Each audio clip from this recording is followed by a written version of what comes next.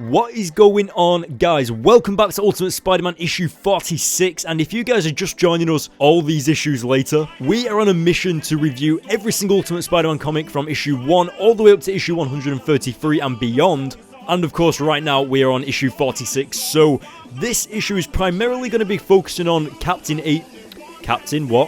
Agent Carter, and she's actually being briefed on the mission that she had, and it's going to give us a few little flashbacks to Dr. Octopus. You know, back when Spider-Man took down Dr. Octopus when Mr. Hammer was there. And we're also going to be seeing Sandman, so without further ado, let's jump into this issue. And if you haven't yet, guys, hit the like button to let me know that you guys are enjoying this series, and let's go! So as the issue opens up, we get thrown into this interrogation room with Agent Carter, and she's actually being briefed by S.H.I.E.L.D. because obviously, every time I assume an agent goes on a mission, they have to come back and report to S.H.I.E.L.D. what's gone on, what went wrong, what they found, etc. And that is pretty much what's going on. Now, what you've got to remember is that this Dr. Octopus and Spider-Man fight took place around issue 20. I know that we're on like issue 46 now, but we're hearing this fight from Agent Carter's perspective. So in the original issue, in like issue 20 or whenever this fight took place, we only saw Agent Carter for like 2 pages. But now we're seeing what Agent Carter went through to get to this fight, like how she got there, what she went through with S.H.I.E.L.D. and everything. So as you can see, she's talking about Dr. Octopus and how he called a press conference, even though she was ordered by S.H.I.E.L.D. to keep everything low-key and quiet. And obviously a press conference is like the most public thing you can get to, especially on live TV. Now this is what I absolutely love about the issue and what I love about Brian Michael Bendis' writing, because you kind of get an alternate perspective to an issue that happened 20 issues ago, and you actually discover some things out that you didn't know when you read the original issue. Now obviously I'll go into that in a little bit more detail throughout this video when we actually get up to certain aspects, but right now, as you can see what's happening on screen, Agent Carter turns up to the crime scene. Dr. Octopus has already been taken out by Spider-Man. Spider-Man has just given that live TV interview, if you remember, where the public were asking Spider-Man why he does what he does, and he answered accordingly. And then he took off and went home. Now Agent Carter arrives, and I don't know whether you noticed that, but she actually touched her watch, and the moment she did that, the news lost their feed. So basically the news couldn't go live. And that's obviously because she caused that failure, which is another reason why S.H.I.E.L.D. is so awesome. Now in the original issue of when all this first happened, so you know, like Ultimate Spider-Man issue 20 I think it was, or something around there, we saw Agent Carter turn up at the Dr. Octopus crime scene for about 2 pages, and then we just didn't see her again. But what she actually did was go off, find this secret facility, and discover all of these secret experiments that they never knew was going on. What's even crazier is that these scientists actually live there. They literally live inside that secret facility.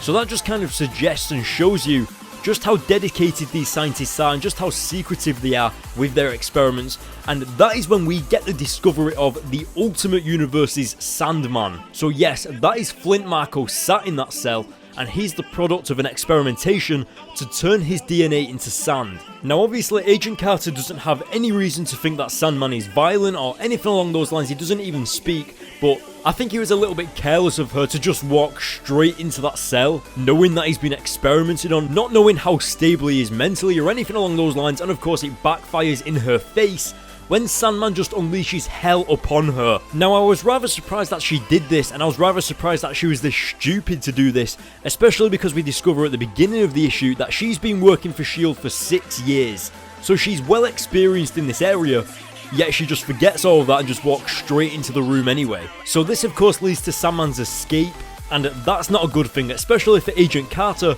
who is already in a little bit of the dark side of Nick Fury's temper. And for another superpowered villain to escape into the public eye and maybe even make it into the press, that's going to go down pretty crazy, and it's not going to go well. Now we get a little bit of backstory to this Ultimate Universe's Sandman, and it turns out that he's beat up his girlfriend, he beat up a police officer who eventually died, he got put in Rikers prison for 50 years, and then Mr. Hammer made deals with people in order to get Flint Marko into his custody so that he could do illegal experiments on him, and of course turn him into the Sandman. Obviously, knowing what kind of man Flint Marko is now, Agent Carter is even more terrified as to what's going to happen if he escapes, and she walks outside to see Sandman fighting Spider-Man in front of publicists, in front of cameras. This is what I was talking about earlier on in the issue when I said that we didn't see this part of Spider-Man. So obviously, I think it was in Ultimate Spider-Man issue 20 or whenever this fight happened, we saw Spider-Man fight Dr. Octopus, talk to the cameras in an interview, and then go straight home. Now hopefully what I'm saying is actually jogging your memory a little bit, because if you remember, when he did get home, he did actually get grounded by his Aunt May, and then he looked down and said, "Great, big time superhero and I'm grounded." So you might actually remember that, but that is what I'm saying. So instead of him going straight home, he actually fought Dr. Octopus, then fought Sandman, and then went home. We just didn't see the Sandman fight. And the only way we're seeing it now is because we're seeing it from Agent Carter's perspective. And I actually mentioned it a little bit earlier, how Brian Michael Bendis is just awesome for doing that, literally leaving this for 20 issues later. And if I remember correctly, I think he actually does this again in the future somewhere, further down the line of the Ultimate Spider-Man series.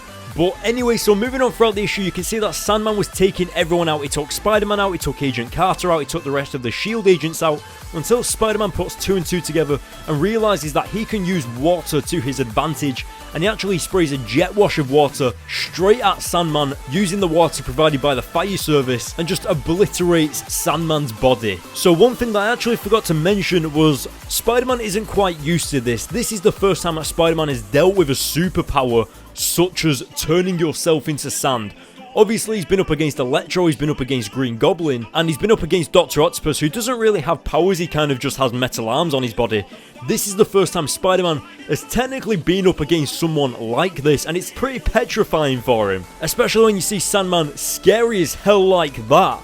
That's like something out of a horror movie right there. But luckily Spider-Man is with Agent Carter and he actually throws her to safety, and Spider-Man begins to get obliterated by Sandman, and you can really tell that Sandman has kind of like a personal grudge against Spider-Man now, because Spider-Man was the only one to be able to take him down, and while Spider-Man is being suffocated, Sandman just gets like this green orb blasted at him, and it actually diffuses all the sand in his body, so pretty much Sandman can't morph himself into a form anymore, he's just a pile of sand.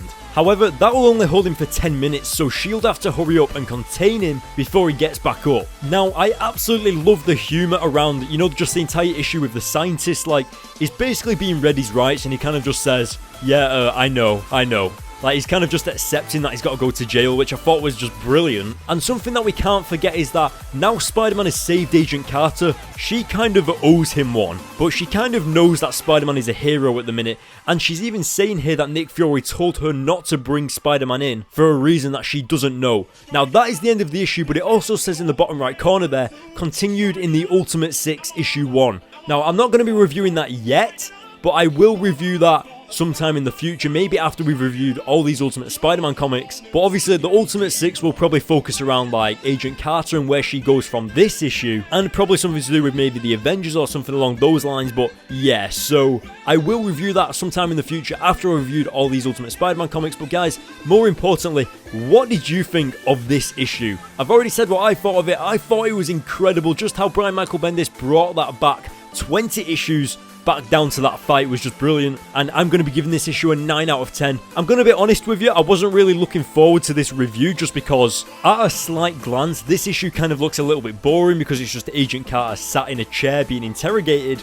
But once he actually read the issue again, and obviously now that we've reviewed it, I have to say that it's probably one of my favourite issues utilising this type of technique where they do kind of like a little bit of a flashback. So yeah, that was awesome. But anyway, we're coming to the end of the video, guys. So if you want more, hit the like button and hit the subscribe button. If you want to go to the links in the descriptions, follow me on Twitter or Facebook. There you can get all the latest in comic book news and updates. And if you follow me on Twitter, then you can get all the updates on my recent videos of when they're going to be uploaded, whether I'm having problems with my uploads, etc.